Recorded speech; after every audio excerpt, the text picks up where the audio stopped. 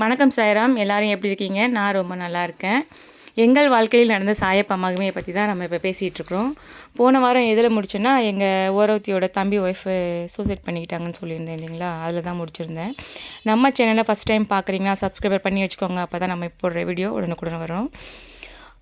அவங்க இறக்கிறதுக்கு 2 நாளைக்கு முன்னாடி நம்ம வீட்டுக்கு வந்திருந்தாங்கன்னா திங்கக்கிழமை ஈவினிங் இருக்கும்னு நினைக்கிறேன். ஒரு 6, 5:30 மணி இருக்கும். ஆஃபீஸில் வேலையெல்லாம் முடிச்சுட்டு வந்திருந்தாங்க. ரொம்ப டயர்டாக தான் வந்திருந்தாங்க. வந்துட்டு உக்காந்துருந்தாங்க. என்னம்மா டயர்டாக இருக்குன்னு நான் கேட்டதுக்கு, ஒன்றும் இல்லை சித்தி, வேலை கொஞ்சம் அதிகம், அதனால தான் டயர்டாக இருக்குன்னாங்க. சரி, டீ போடுறேன் குடிக்கிறேன்னா கொஞ்சம் நேரம் ஆகட்டும் சித்தின்னாங்க. அதோட கொஞ்சம் நேரம் உட்காந்து பேசிவிட்டு அதுக்கப்புறம் தண்ணி எடுத்து கொடுத்தேன், குடித்தாங்க. குடிச்சிட்டு அதுக்கப்புறம் டீ போட்டு குடிச்சிட்டு ரொம்ப நேரம் பேசிகிட்டு இருந்தோம். ஏன் அன்றைக்கி அவ்வளோ நேரம் நாங்கள் பேசணும்னு எங்களுக்கே தெரியலங்க. அவ்வளோ நேரம் பேசிகிட்டு இருந்தோம். கிட்டத்தட்ட 10 மணி வரைக்கும் பேசிகிட்டு இருந்தோம். நாங்கள் எவ்வளோ கதை என்னென்ன பேசணுமோ பேசணுங்க. அதெல்லாம் அது எப்படி சொல்கிறதுன்னு தெரில. அவ்வளோ பேச்சு பேசணும். அவள் அவளோட கஷ்டத்தை வெளியே சொல்ல மாட்டாள். தன்னோட கஷ்டம் நமக்குள்ளே இருக்கட்டும், அடுத்தவங்கக்கிட்ட நம்ம சந்தோஷமாக ஜாலியாக பேசி சிரிப்போம். நல்லா சிரிப்பா, நல்லா பேசுவா. எங்கள் வீட்டில் சரி, எங்கள் குடும்பத்தில் சரி, எந்த ஃபங்க்ஷனாக இருந்தாலும் ஃபஸ்ட்டு அவள் தான் நிற்பா. சமைக்கிறதெல்லாம் அவ்வளோ சூப்பராக சமைப்பா. அவள் சமைச்சாலே அவ்வளோ நல்லா இருக்குங்க. அந்த மாதிரி சமைக்கிற கேரக்டர் அவள்.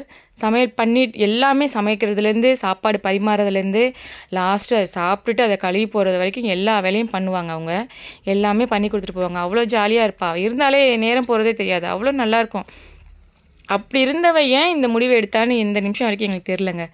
உண்மையிலேயே இப்போ யோசிச்சா கூட எதனால் இருக்கும், இப்படி இருக்குமா, அப்படி இருக்குமா, இந்த பிரச்சனையாக இருக்குமா, அந்த பிரச்சனையாக இருக்குமா, இல்லை அதை தான் யோசிக்க தோணுதே தவிர மைண்டு வேறு எதுவுமே யோசிக்க தோண மாட்டேங்குது. அப்படி ஒரு நல்ல பொண்ணு திடீர்னு இந்த மாதிரி பண்ணிக்கிட்டான்னு நினைக்கும் போது ரொம்ப கஷ்டமாக இருந்துச்சுங்க. கிட்டத்தட்ட அவங்க இப்போ இறந்து பார்த்திங்கன்னா 5 வருஷம் கிட்டே இருக்கும். 5 வருஷம் இருக்குங்க. எனக்கு தெரிஞ்சு 5 வருஷம் இருக்கும்.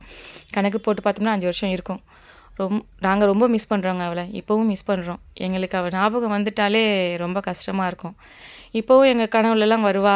நல்லது, ஒரு கெட்டதெல்லாம் சொல்ல மாட்டாள். ஒரு நல்ல விஷயத்துக்கு கூடயே நிற்பா, துணையாக இருப்பாள். அதாவது ஒரு நல்ல ஆத்மா கூட துணைக்கு நிற்கும்னு சொல்லுவாங்க இல்லைங்களா? அந்த மாதிரி அந்த ஆத்மா எங்களுக்கு எப்போவுமே, எனக்குன்னு இல்லை, என் குடும்பத்தை சுற்றி எல்லாத்துக்குமே துணையாக நிற்கிறா. அது ஒரு நல்ல விஷயந்தான் அவகிட்ட. ஆனால் இந்த மாதிரி பண்ணது தப்பு தாங்க. அவள் பண்ணது பெரிய பெரிய தப்பு.